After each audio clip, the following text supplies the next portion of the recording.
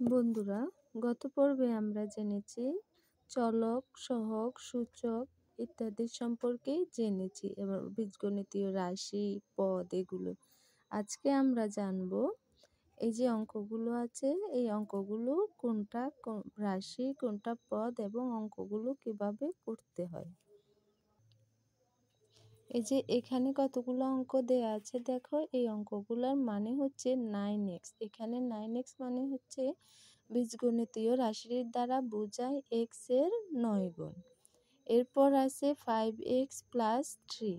বীজগণিতীয় রাশিটির দ্বারা বোঝানো হয়েছে x এর 5 গুণের সাথে 3 এর যোগ।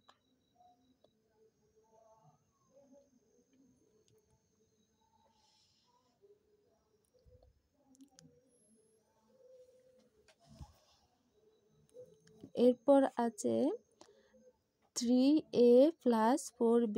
রাশিটি দ্বারা বোঝায় a এর 3 গুণের সাথে b এর 4 গুণের যোগ। এরপর আছে 3a গুণ b গুণ 4c। রাশিটির দ্বারা বোঝায় a এর 3 গুণের সাথে b এবং c এর 4 গুণের গুণফল।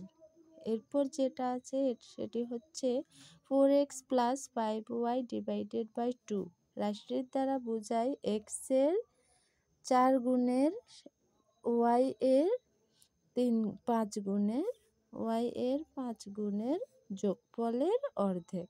অর্থাৎ আমি আবার বলতেছি, 4x + 5y / 2 রাশিটির দ্বারা বোঝানো হয়েছে x এর 4 গুণের এবং y এর 5 গুণের যোগফলের অর্ধেক।